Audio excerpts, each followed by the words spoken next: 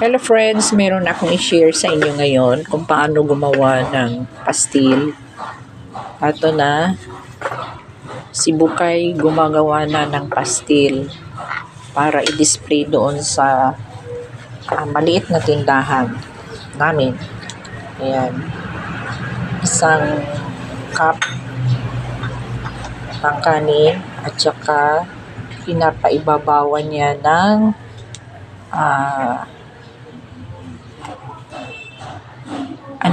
yung tuna. Ginisa niya yung tuna sa sibuyas at bawang. Ayan. Ganyan. Masarap itong kanyang pastil. Yan. Ito na, may ipa pa dito.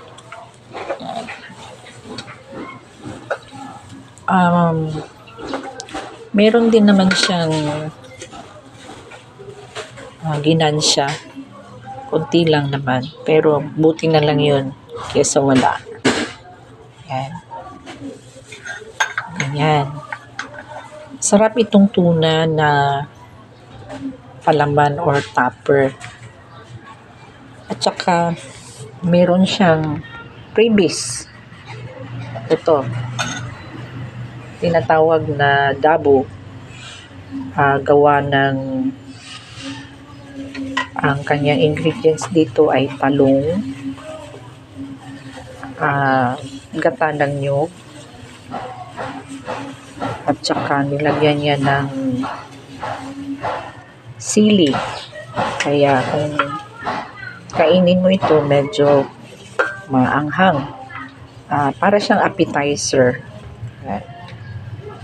Ito yung previous niya dito sa kanyang sa 10 pesos na pastil. Yes, sabi ko 10 pesos lang ito. Ayan, 10 pesos lang yan. Sa 10 pesos lang yan, ayos na yung tiyan mo. Busog ka na. Pang masa. Pang estudyante. Pang estudyante. Ayan. Ayan. Gustong-gusto ng mga estudyante ito kasi kung binalot mo ng dahon ng saging, mabango yung yung kanin.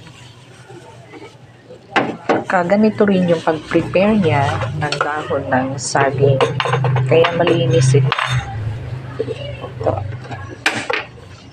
Yan. Ito yung apoy. Ayan. Ayan. Ayan. So, ganyan, guys. So, ito na. Ito na yung finished product. Thank you, friends, for watching.